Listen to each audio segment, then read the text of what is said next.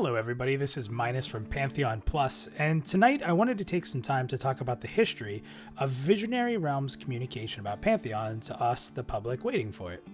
I've done this by looking back from 2015 until today at newsletters and different news pieces that they have released to us, and in doing so I think I found that they've been very consistent. And I was hoping to make a video to show this because I think that right now our minds are so set on playing the game and how soon that'll be able to be, that all we're looking for is dates. And at times, that hype that we've built for ourselves is causing us to point fingers at Visionary Realms and say that they're not being transparent, while at the same time, the same methods they have used since 2015 have really been in place.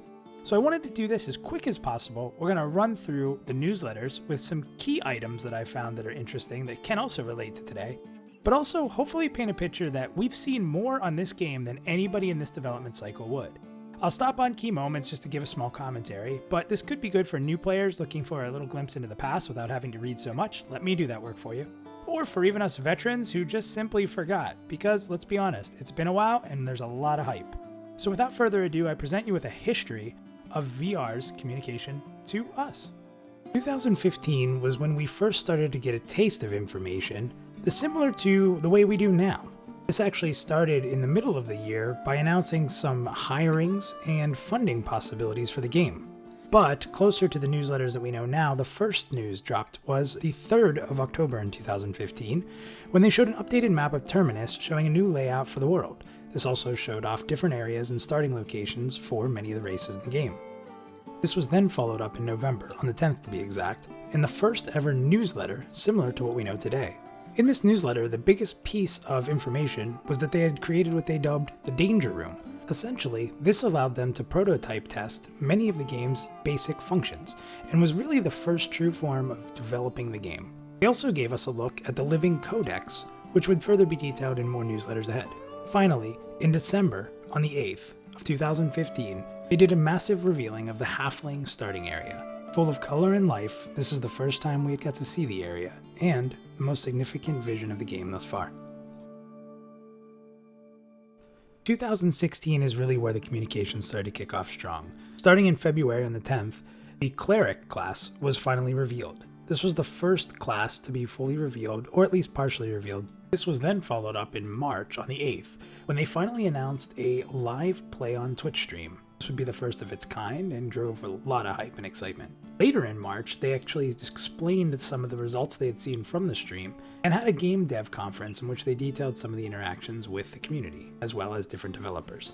In April, on the 13th, they revealed the Rogue class and gave out 4K screenshots of the game to show the true capability of the graphics.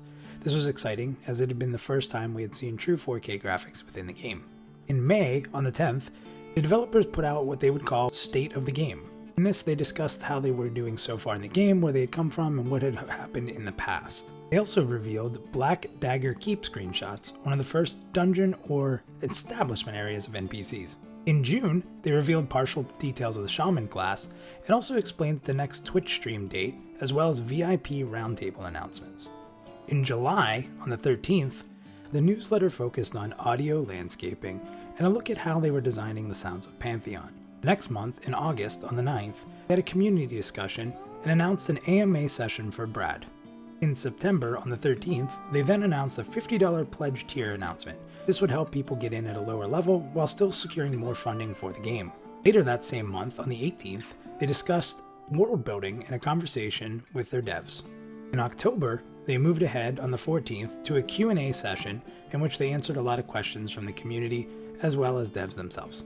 In November, on the 9th, they attended Unite 2016 and had a Gaming Con interview which was detailed within the newsletter. Finally, in December, on the 7th, they had a Twitch stream announcement in which they would reveal Shaman gameplay. With 2016 being the first true year in the forward development of Pantheon with the new vision and new team, you could see that the information was beginning to come through quite consistently. That being said, 2016, looking back, had a few very big reveals like the Cleric reveal and streams. However, most of it was building the base of what the game would be and answering questions to keep the community informed. Similar to the ramp up in 2016, the year of 2017 started with a bang and continued the forward progression and announcements of different features within Pantheon. In January, they began by showing off a new zone, Amber Fate, and then recapping year 2016. In February, on the 15th, they showed new character model recaps for Arkai, Ogre, and Gnome, which was very well received by the fanbase.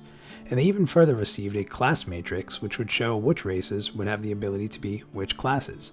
And we also were treated to a state of the game by Joppa, which contained a lot of great information about where they were and where they were heading. In March, we had an interview with Justin Gerhardt about lore and really began to dig deep into the lore of Pantheon.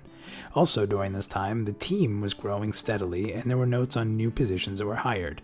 The other big key important piece here was that the FAQ page on the website had begun to be updated and had more features added.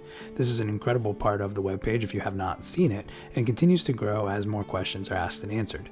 In April, they started their first true talk of crafting and harvesting, a discussion piece within the newsletter. Furthermore, they released a video which would detail the brand new perception system, in which the entire game's lore and questing system would be based on. This video is still an amazing watch if you have not seen it, and it will be listed in the links below. They finished up by announcing 2 streams that would be taking place at the end of April and the beginning of May. However, that was not all that April had in store, as on the 26th, they announced that Series A funding had been completed. Now this was a big deal, because this allowed the company to hire and expand in almost every single department, and bring the game into a private pre-alpha state. Now this is not the pre-alpha state we currently know, however it allowed them to take testers and small focus groups within the company to begin sampling the actual game. In the May 9th newsletter that followed, they would recap both of the streams which took place, which revealed the monk, but also discussed the acclimation system for the weather system within the game. Another interesting piece in this wrap-up video is that they discussed Alarmist, which was a future disposition which would be announced in 2018. As you can see, this means that it was much in their thoughts early on, but not quite ready to be fully revealed. The other interesting thing within the recap video, again which will be listed below, it was the first official announcement of PvP servers being a possibility. On June 13, 2017, the newsletter announced the hiring of promotional content position and a senior tester. They also released some screenshots that had never before been seen, and then had individual dev positions discuss what current projects they were working on and where they were heading next. Joppa then talked about the work on 3 different zones, and specifically noted that the pass-throughs were getting them closer to, as he quoted, launch ready. On July 12, 2017, they began to talk about how important community is, and also got into some detailed enemy AI discussion. I wanted to read you a question that was asked and an answer, which I thought really explained where Pantheon was heading. The question asked was, why did the genre shift away from group-centric gameplay to a largely solo experience? The answer given was, there was speculation in the industry that there were a lot more players out there who wanted a less social experience, that most players like to see people running around and have that feeling of a bigger world, but do not really want to socialize much, or be tethered to a group as often.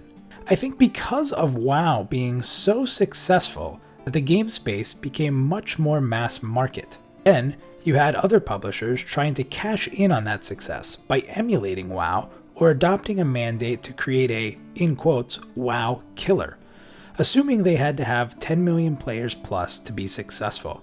WoW certainly wasn't a bad thing. WoW is a fantastic game. It opened this huge opportunity for people to experience MMOs. But these mega expensive attempts to create a WoW killer did indeed harm the MMO game space and MMO developers. I wanted to include this quote because I think it ties into a lot of discussion that happens in current day about what type of game this will be. Aside from this quote in question that caught my eye, there was another where they started to say that zones were starting to feel more finished, but there was still a lot of work to do. Later that same month, in a press release, a new trailer was released called Bring Friends. If you haven't seen it, I recommend watching it because it still holds true to today. It's a great trailer that talks a little bit into what the feeling and soul of Pantheon truly is, and that link will be below. Jump ahead to August 9th, 2017, and this one was a little bit more of a slimmer newsletter, in which they discussed meeting the team and some fun with patch notes, and also showed Comic-Con promo images of the different races within the game. Moving ahead into September, on the 13th, they discussed hiring a technical artist and driving into a lighting pass. They also teased a stream was upcoming. The economy was also said to be taking shape. Concept pieces and lore walkthrough of the perception system had actually made its first leg of dialogue and direction. Thrown-fast assets and bandits were also finalizing and revamping, and new armor sets and models and animations were being developed. They had actually shown some very interesting images of before and after in different areas within the game, with the lighting effects enabled and disabled. With all the information that we had received up to this point, we started to see a slowdown in Q4. On October 11th, they showed halfling creation and art and discussed how lore had influenced this direction of the race. On November 15th, they showed TwitchCon highlights and recaps, and then they had interviews with devs about what their jobs were within the community. Wrapping up in December on the 13th, they had the official launch of the pre-alpha that we know and love now. This pre-alpha would be the first time pre-alpha pledges would be able to play the game and help test bugs and give their feedback. They also showed off halfling and human concept art, and did a great feature, and I'm not kidding, on the grass of Terminus. This would wrap up 2017, which had been very eventful in learning more about the game development process, different people in their roles, and seeing fleshed out content coming to life. The most exciting part being going from a in-house pre-alpha to one that the pledgers would be able to actually play and experience. As we kicked into 2018, the year would start very slow with news, but have one of the biggest impacts throughout the news cycle they've ever had. In January, on the 17th, they did a year in review with a harvesting discussion, but also announced that they would be at PAX East, and also, for the first time, listed harvesting skills and details pertaining to each one. Moving along to February, Joppa had another State of the Game announcement, in which he touched on where they stood across various game mechanics. They talked about dispositions, Dire Lord, and Ranger, which were also in development.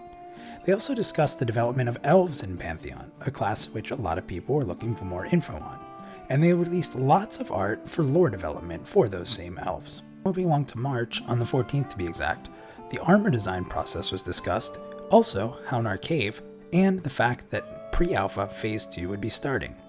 Now, Pre-Alpha Phase 2 is not necessarily announced directly in this newsletter, but in other news around the forums and different communications. They explained in the armor design process that it would take about 4 to 6 days to model a set of armor, with higher complexity items taking slightly longer. Stats on the gear was announced that they would come slightly more slow than we're used to seeing in a modern MMORPG, and that the build-up would be over time. Finally, they announced that areas or bosses would at times be locked off until achieving something within a dungeon to spawn or unlock certain areas for your group. On April 11th, they then announced more details about PAX East, Black Rose Keep, and the Ratkin enemy race. There was an interview with Daniel Kren, the lead programmer, in which he talked a little bit about UI development, but more importantly a quote that I found very interesting, which I'm going to read to you. This was from Tim talking about Black Rose Keep. He said, "This place has some real spread to it. You could spend a very large chunk of your character's life in the keep.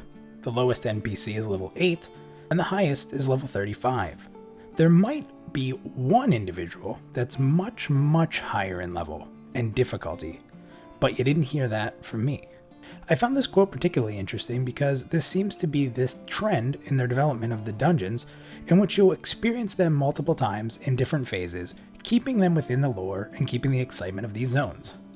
While April wasn't the most exciting newsletter they've ever dropped, things really began to ramp up in May. On May 16th, they did full reveals of the Rogue, Ranger, and Monk classes. Aside from that, they also showed North Tusk Orcs in concept art and highlighted different features and things that occurred during PAX East. Moving on to June, not to be outdone by May, they then announced the Dire Lord, Paladin, and Warrior class reveals. From this point, we finally had a full list of tanks and the abilities of each feature. They also announced that Pre-Alpha Phase 3 would be coming soon, and that most content during this would be up to the level 40. At this point, exciting information was really starting to roll from the devs. This continued again in the third consecutive month, as in July on the 11th they released full details on Cleric, Druid, and Shaman, again to the state at which we know them today. They didn't stop there, however, as this newsletter also contained a Q&A session with Jason Wyman from the programmer team, a Giants of Terminus reveal, player character model updates, and the official release of Pre-Alpha 3 opening up. Continuing the trend once again, August would be the last of what would be 4 straight months of incredible amounts of exciting information. On August 8th, they announced that Wizard and Summoner would be fully revealed, which could be viewed on the website, again at the status at which we know them today. They also announced that there were 2 new live streams in August with Co-Carnage, as well as an MMO All-Star stream. And they also revealed the Banshee enemy race. However, that's not all that was important in this. I wanted to take some time, a little bit more than I've done in all the previous newsletters, to read some important details that are highly pertaining to today. If you want to read these for yourself, check the August 8th, 2018 newsletter. Skimming over these quickly, I wanted to show that at this moment, they had begun to notice that with the flow of information over the last 4 months, the hype to play the game and want dates began to increase rather rapidly. This is something that we're seeing today, but you can see that this occurred back in August of 2018. Reading you direct quotes is, first of all, at the beginning of the newsletter, they said, "Allow me to begin this column by immediately addressing some of the questions you've been asking. 1. You will not find a date for alpha, beta, or launch in these paragraphs. I would like to get to those answers for anyone who is pressed for time and looking for the abridged version of this article." That was the end of the quote, and it was said mainly because people were looking strictly for those types of details inside the newsletter, and they weren't going to be there, so they were very clear about this fact. Moving forward, they did announce that Pre-Alpha 4 would be coming, but again, there's something very important here that they quoted once again. I'm going to read you this. This is rather lengthy, but again, very important to what we're facing right now. Again, keep in mind, this is from August 2018. The quote was, "We never get tired of hearing of questions like when is alpha or beta or launch. When someone asks, it's often because they're excited to play, they're a fan, or an upcoming Jeopardy contestant." Or humor there. Usually a fan. And anytime you're able to be part of something other people are excited about, it's hard not to feel good. So let me tell you, announcing that we were going into Pre-Alpha 1 late last year felt great. Not only were there a lot of people dying to get into the game, but we were finally able to show off some of the work we've been doing to people who understood the vision of Pantheon. It was a wonderful time here at Visionary Realms. Spirits were high. Even after, the question was still being asked.